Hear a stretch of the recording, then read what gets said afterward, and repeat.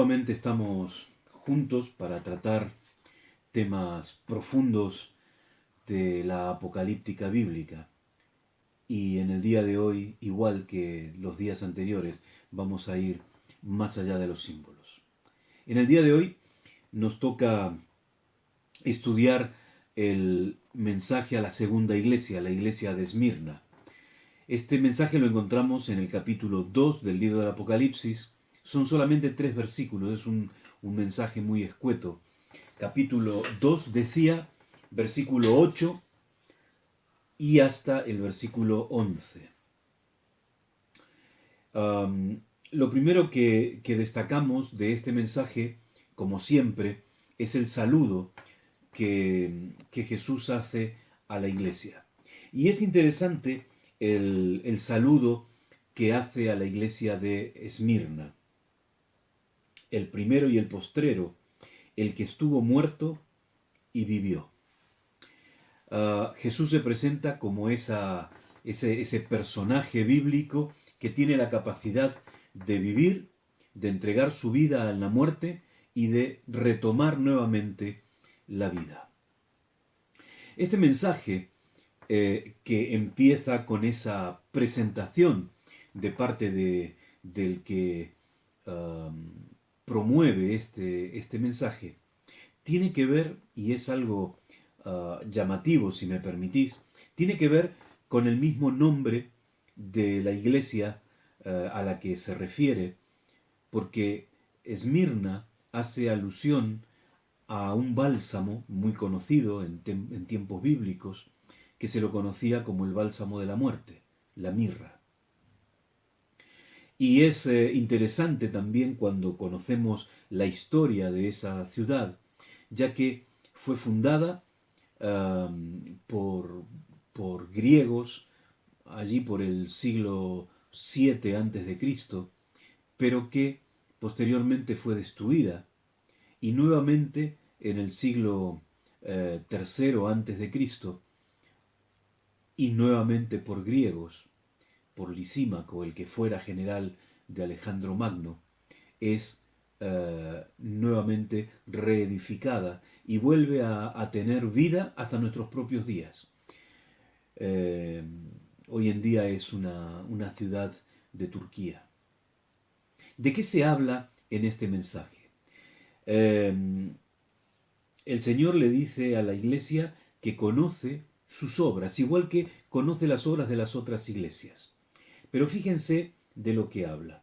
Habla de tribulación, habla de blasfemia, habla de pobreza.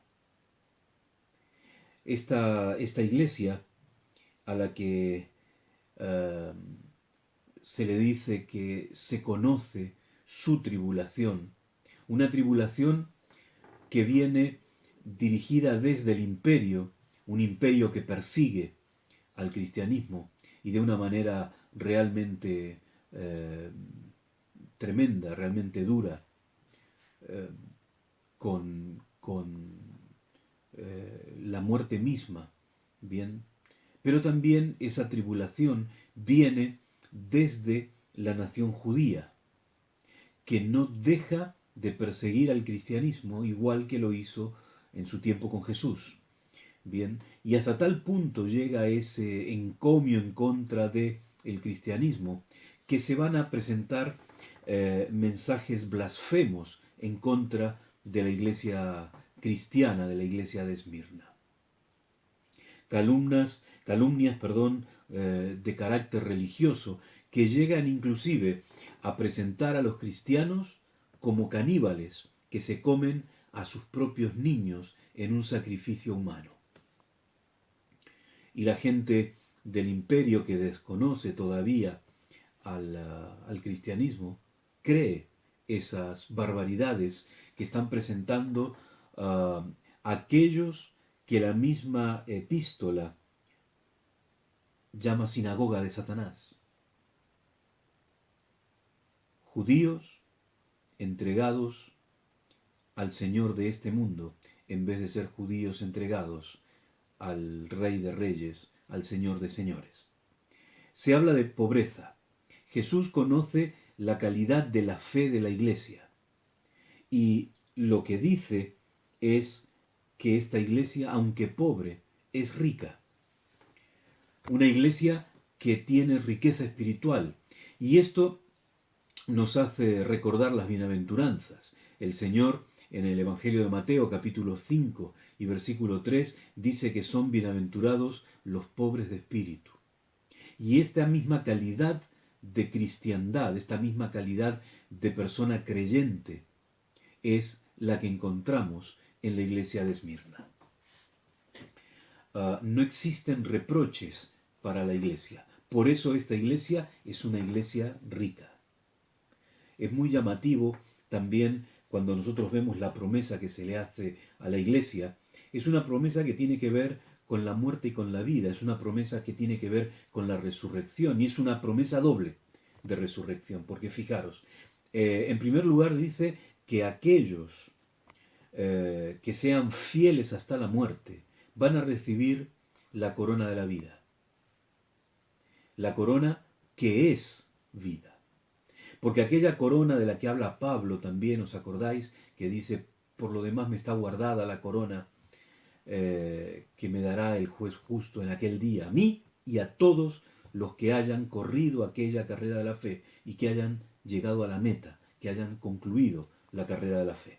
Y esa misma promesa se le hace a la iglesia de Esmirna, la corona de la vida, la corona que demuestra que esas personas entregaron su vida completa al servicio de Dios y corrieron una carrera correcta, una carrera perfecta, una carrera que es recompensada con el premio que es la eternidad, la vida eterna. La segunda parte de esta promesa es interesante porque dice, si vamos al último versículo, a la última parte del versículo 11, dice, el vencedor no sufrirá daño de la segunda muerte.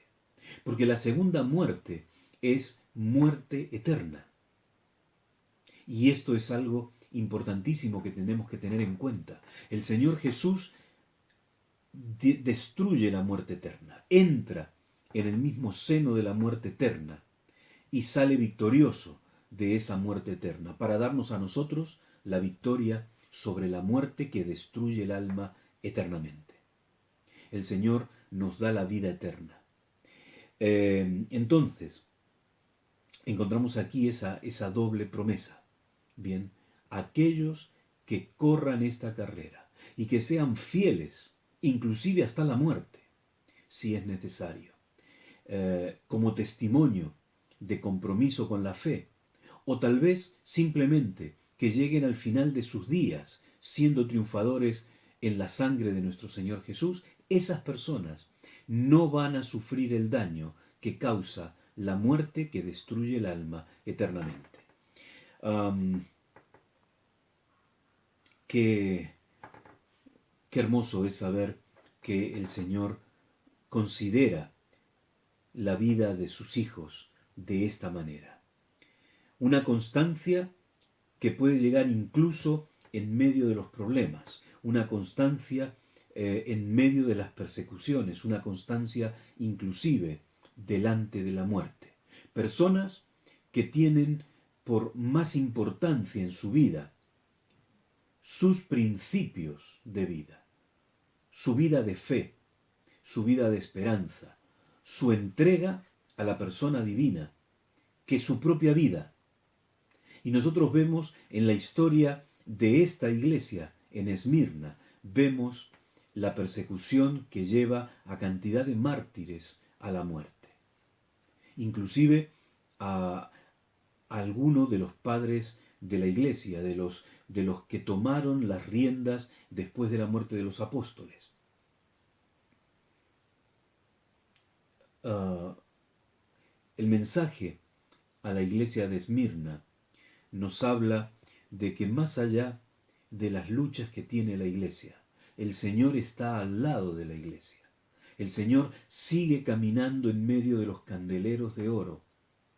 Sigue llevando en su mano derecha a los dirigentes de la Iglesia, los sigue conduciendo, sigue fortaleciendo su vida de fe, sigue atendiendo sus necesidades espirituales para que ellos puedan ser vencedores. Querida hermana, querido hermano, para que tú y para que yo podamos ser vencedores. Constantemente la vida nos trae problemas. A veces los problemas los trae la sociedad, el trabajo, los estudios, la incomprensión de la gente con la que tratamos a diario. Pero a veces son nuestros propios hermanos los que nos traen los problemas. Porque aquellos malos judíos que en vez de ser hijos del pueblo de Dios son hijos de la sinagoga de Satanás, a veces son también nuestros propios hermanos cristianos que causan oprobio al Evangelio, trayendo dolor a sus propios hermanos. Por eso nosotros somos llamados por el Señor a vivir una vida de entrega constante a Él, una vida que testifique que a pesar de las circunstancias, nosotros seguimos firmes en la esperanza que tenemos en su venida. El cariño incondicional es la prueba de liberación definitiva que va más allá de los símbolos. Que el Señor os bendiga.